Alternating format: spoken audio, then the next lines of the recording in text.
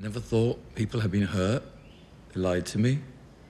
This is the Mandarin? I know, it's embarrassing. Welcome to Watch Mojo, and today we're looking at moments where it felt like Thanos snapped the MCU's credibility into dust. We're well aware that the MCU is far from dead, but as Deadpool will put it, there are some notable low points. A few spoilers.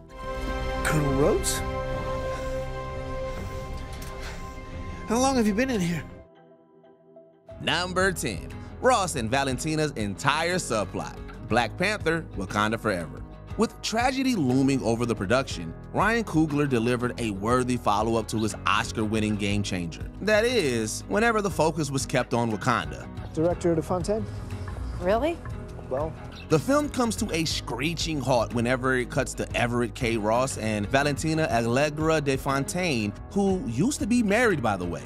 What do they have to do with the conflict between Shuri and Namor? Nothing crucial, and from the second their subplot surfaces, the film's momentum slows down. We like Martin Freeman and Julia Louis-Dreyfus in these roles, but this should have been designated to a Disney Plus series or post-credits scene. But these guys in ties, you know, they got a whole thing to protect. As a subplot in the highly anticipated Black Panther sequel, it enables one of Marvel's worst habits, shoehorning in previews for future projects. Ever thought what we would be doing if the US was the only country in the world with vibranium? Oh, I actually dream about that. Number 9. Superhero names, the Marvels. Carol Danvers and Kamala Khan have code names, although Monica Rambeau is comfortable just being Monica Rambeau. This doesn't sit well with Kamala, who insists on workshopping potential aliases. What's your code name? Oh, I don't have a code name. We'll workshop it. No, thank you. The Marvels isn't the first superhero movie to do this joke, and that's precisely the problem. It feels like every superhero movie nowadays has an awkward scene where a main character brainstorms names. Because we're a team now, and there's 4 of us, so we should come up with a name for it. Like the Human Torch and the Torchettes.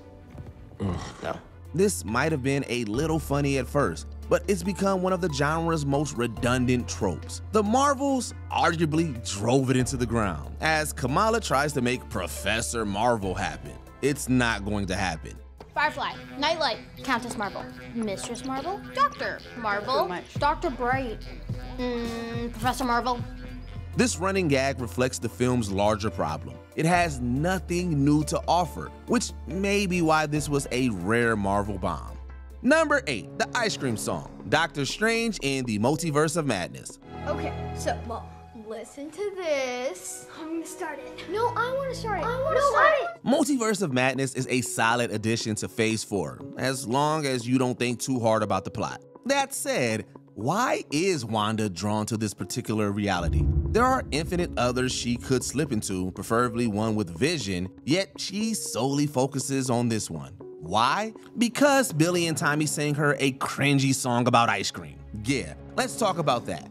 We like ice cream like every child should. We sensed the filmmakers were going for innocence, but how many kids sing when they want ice cream? It comes across as disingenuous and pandering. What's worse, the song is a lyrical train wreck, and the kid actors, despite trying their best to sell it, just seem embarrassed. This is when Wanda should have started looking for another reality. Stop it! Number 7, Ralph Boner, WandaVision. WandaVision remains one of the MCU's best post-Endgame projects. On the heels of arguably its most buzzworthy moment, though, the series pulled an unfortunate boner.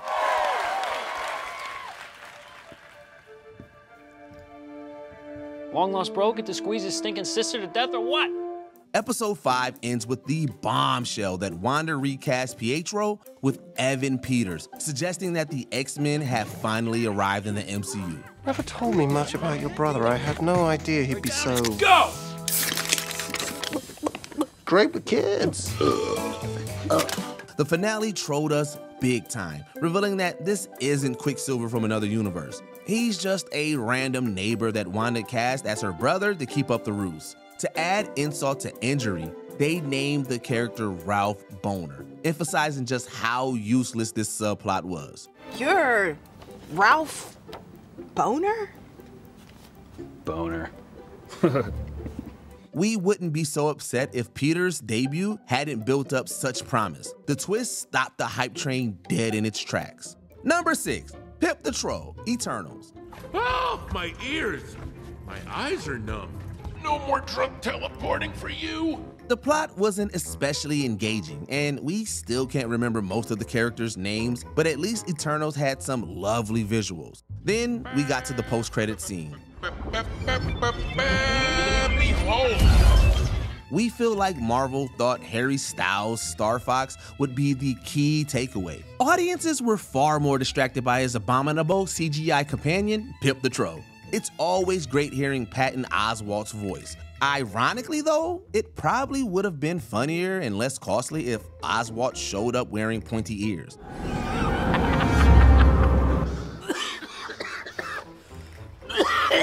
Alas, Marvel went the digital route, reportedly not giving the effects team much time to perfect Pip's appearance. Marvel rushing overworked VFX artists? You don't say. While Pip might have been the mascot for Marvel's CGI woes for a period, the worst had yet to come. Number 5, Rhodey is a Skrull, Secret Invasion.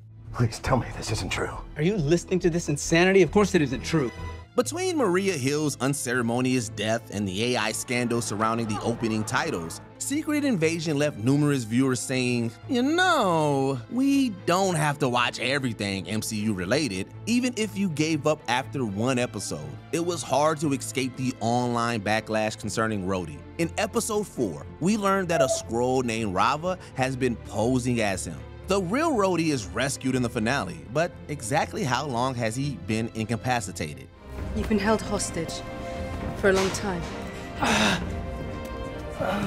Director Ali Salim suggested it might have been around his accident in Civil War, meaning the Rhodey from Infinity War onward may have been a Skrull. Time will only tell if that's the case, but this twist left many fans worried that Rhodey's character arc was ruined. Number 4, the Mandarin Twist, Iron Man 3. Before Phase 4, fans would defend the MCU with a vengeance whenever somebody criticized it. Even the most apologetic diehards took issue with the Mandarin reveal, however. Ben Kingsley establishes a menacing presence as Tony Stark's archenemy, only to later be exposed as an actor named Trevor Slattery. They gave me things, they gave me this palace, they gave me plastic surgery, they gave me things. Did you just nod off? Hey. No, a lovely speedboat. Instead, we're stuck with Guy Pearce as another villain whose name we can't remember. Don't tell us in the comments. Anonymity, Tony. Thanks to you, it's been my mantra ever since, right? You simply rule from behind the scenes. At the time, this was easily the MCU's most infamous moment. Shang-Chi made up for it almost a decade later, introducing the real Mandarin and even bringing back Kingsley in a humorous callback. Oh, hello, loves. What year is it?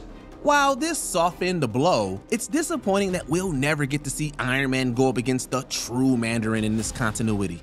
Number 3, Megan Thee Stallion, She-Hulk Attorney at Law. Few MCU projects have divided people like She-Hulk. I possess the most advanced entertainment algorithm in the world, and it produces near-perfect products. Near perfect? Some are better than others.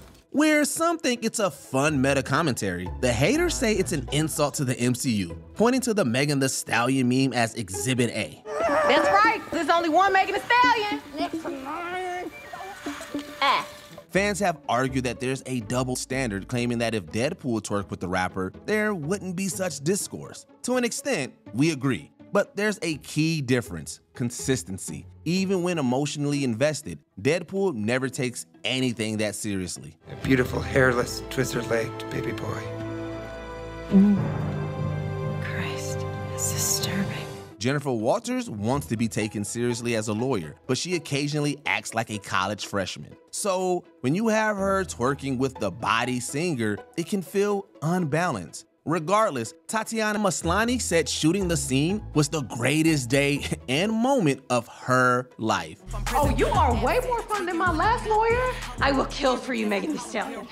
Dial it back. Number 2, Axels Head, Thor: Love and Thunder. Astrid, your father gave you a very tough Viking name, and I intend to honor his wishes. Axel. Astrid. I said Axel. Astrid. Axel! This asshole, now listen to him. With Thor Ragnarok, the MCU and director Taika Waititi were at their apex. When they intersected again, both were going through creative rough patches. If you thought Thor: Love and Thunder would be the shot in the arm Marvel and Waititi needed, we refer you to the Screaming Goats. Giant goats. Oh, look at those. They are wonderful. Oh, look at that. Those things are beautiful. If that's not enough to make our point, lo and behold, this lackluster effect. For a film that otherwise has some astounding visuals, this looks like something out of SpongeBob SquarePants. I am a simple tumbleweed. Call me Sage. Sage. Hey, Sage. The effects aside, the interplay between Thor and Astrid, we mean Axel, just isn't funny. The filmmakers seemingly thought otherwise, as the bit goes on forever. Hey, how's it going, kids? How's it going? Look where we are. We're in a cage made of spikes. Yeah, that's right, not good. We appreciate that Marvel has a sense of humor, but not every scene needs to force banter.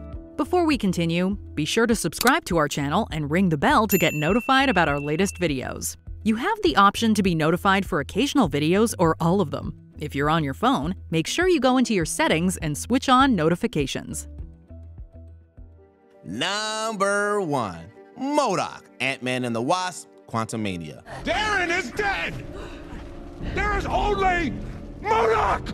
For a film about Ant-Man and the Wasp, Quantumania focused more on teasing Kang and his variants. We all know how that turned out. While Jonathan Majors' controversy didn't help, Kang isn't the biggest problem in Quantumania. That would be Modok. And here we are again. Face to face. That's a face. It's a big face. Okay, let's be fair. This character's design in the comics is already pretty silly. Translating it into a photorealistic environment was always going to be a challenge. That said, his stretched out face isn't just laughably bad for a multi-million-dollar film. The character is downright unpleasant to look at, making us wish he kept his mask on. What the hell happened? Yeah, no, it's a whole thing. I'll tell you later. Even if he had anything funny to say, we're too busy wondering how an MCU movie has less appealing effects than Shark Boy and Lava Girl. What moment ruined the MCU for you, and which moments restored your faith in it? Let us know in the comments down below. This was fun! No! Did you enjoy this video? Check out these other clips from WatchMojo, and be sure to subscribe and ring the bell to be notified about our latest videos.